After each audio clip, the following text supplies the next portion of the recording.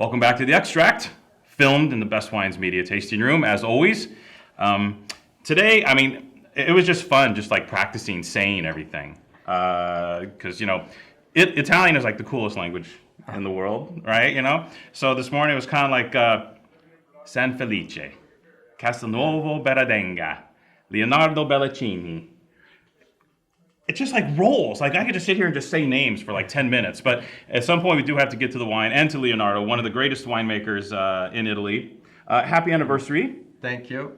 Happy anniversary, 31 years. Yeah, 31 at San Felice. At the helm? Right today.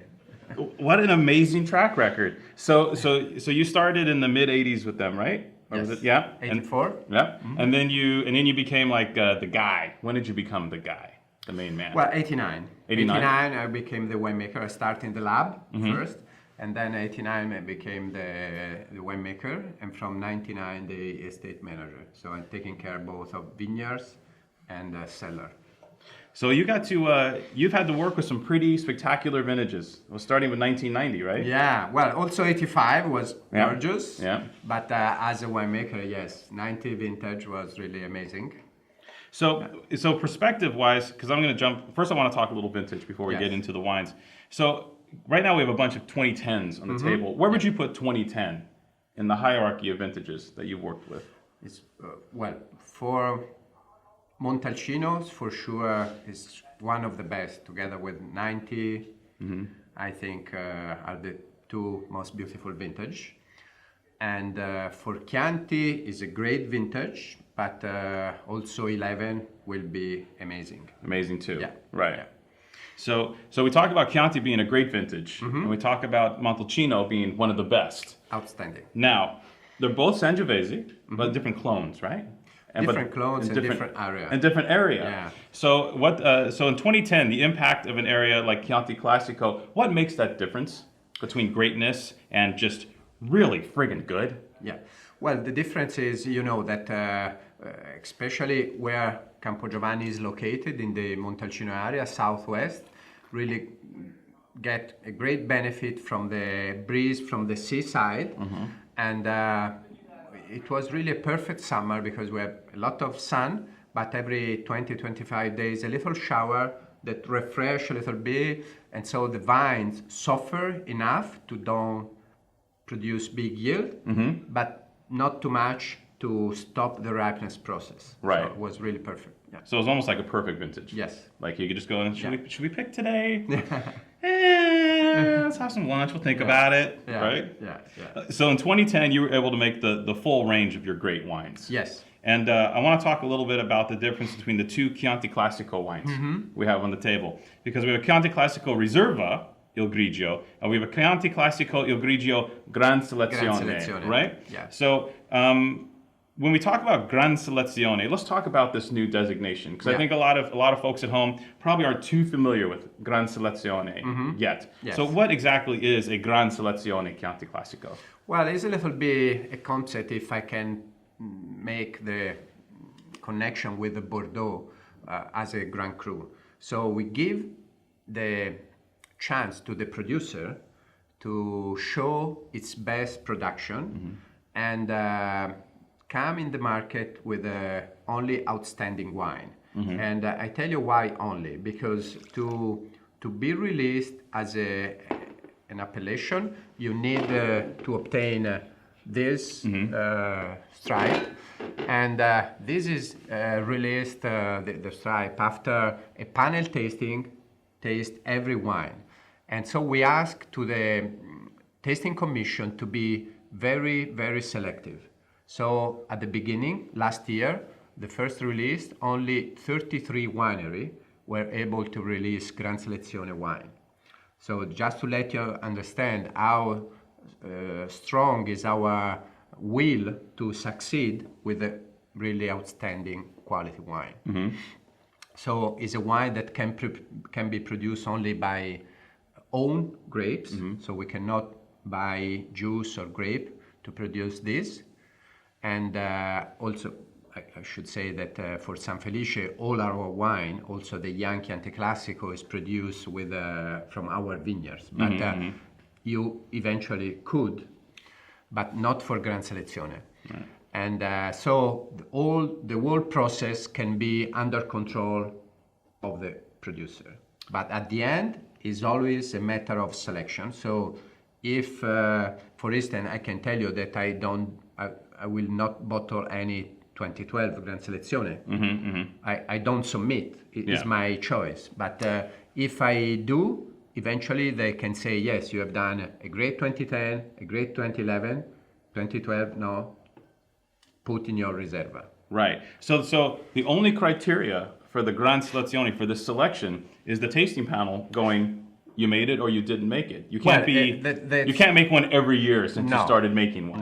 No, you can do easily every year. And the selection is made by the tasting panel, and the grape must be grown in the vineyard. From your estate vineyards. Yeah. But they can shoot you down anytime. Yeah. You can submit and they'll go like, meh. And the panel actually tastes in blind tasting. So it's our winemaker of the region that taste, and they only know the vintage. And if you present a Gran Selezione, or if you present a Riserva or a young Chianti Classico, they only say this is good as a Gran Selezione, or this is not, put in a Riserva, or eventually this is only for a young Chianti Classico if the level is very low. Oh, got it. Okay, so you're not submitting a sample in particular for Gran Selezione. They're tasting samples and going, this is Gran Selezione quality. No, you submit as a Gran Selezione, but they can say... But they can knock you down the ladder. Yes. Yeah. Thank you so much, Leonardo, for submitting this regular Chianti Classico. Yeah. It's true, but it's tough. Sometimes tough. Also. No, but tough is good. Yeah. I mean, the wine's sensational. Yeah. Thank you. But yeah. So when you were submitting this for Gran Selezione, because I see the blend is a little different. Yes. So you on purpose said, okay, this is the type of wine that I want to give to them as a Gran Selezione wine. Yeah. Yes. Got it. And I have to tell you, because then we received the paperwork of the commission, and it was accepted by 100%. That is not so easy. So sometimes the commission is made by 5 winemakers, sometimes it's 4-1, or eventually also 3-2. But our wine was 5 out of 5. So I can taste why. It's exciting because we here in America we were a little like, what is Gran Selezione? The merchants, us as retailers, were like, is this like a gimmick? Is this a scheme? But some of the wines we're tasting are truly outstanding. Yeah. I mean, they're like cut above. You don't have to come down to America because it is a new project, so many people in Italy too doesn't know very well. The only things that I really want to say again, which is not a project made just for marketing, is something that really starts from the vineyards. So it really is something that is very strongly related to the product, to the quality of the product, first of all. And then if we succeed, the marketing will be easier. Easier, yeah. Okay. You succeeded. Brunello. Yeah. So also Sangiovese, but so 2010, you said, we talked about the vintage characteristics that made this wine so bomb. Let's talk about the vineyards a little bit. So the vineyards are in the southwest part of Montalcino itself? Montalcino, okay. Yes. We are in the middle range of altitude, 300 meters approximately. And the soil. Soil in Campo Giovanni, I have 3 different soil, but mostly 70% of the vineyards are on a clay soil.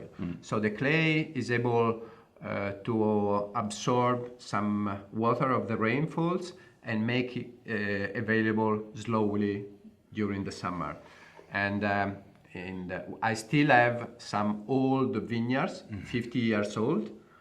50? 50, yeah. That's old for Montalcino, yes, huh? Actually, in the 2010, they were 45. I'm 50 now. But I also have new vineyards that I've planted in the middle of 90s with a very high density. So the goal was each vines produce a very limited yield, less than 1 kilo of grape, but very rich and concentrated grapes. And because the vines are very close one to each other, the roots, they fight a little bit each other and they tend to go deeper. Yeah. So this is a reason why often when it's very dry, they suffer a little bit less than others. This wine's killing me right now. Yeah, you know, very the, happy, the very great happy. vintage, well, like the 90, it has that like fruit cake, like spice, that spice cake quality. Yes, and it's rich, but it's not sharp at all. No. Yeah. I'm very happy about the Campo Giovanni 2010. It's been really amazing. Yeah. No, I had that 90 on release, dude. That wine crushed it. Yeah, No yeah. pun intended. Right. The 2010 Brunelos are so, they're so big but fine. Yeah, good volume. The wine explore all your mouth. It's not just going down through the middle of the tongue, but really. Is this all done in older barrels, the classic style? Or? Yes, I use only tonneau for our Reserva, and eventually in the vineyard, because I produce the Reserva in any vintage, and then I decide if I bottle as a Reserva. So in the smallest vintage, like for instance the 09, where I don't produce the Quercione, in the Campo Giovanni you have a little bit of new oak. Right, because of in the vintage like 2010, no new oak. Some of Tuscany's greatest wines: progressive, cutting edge, classic, old school, brilliant areas, brilliant vintages. It's all his fault. I blame you personally. Thank you.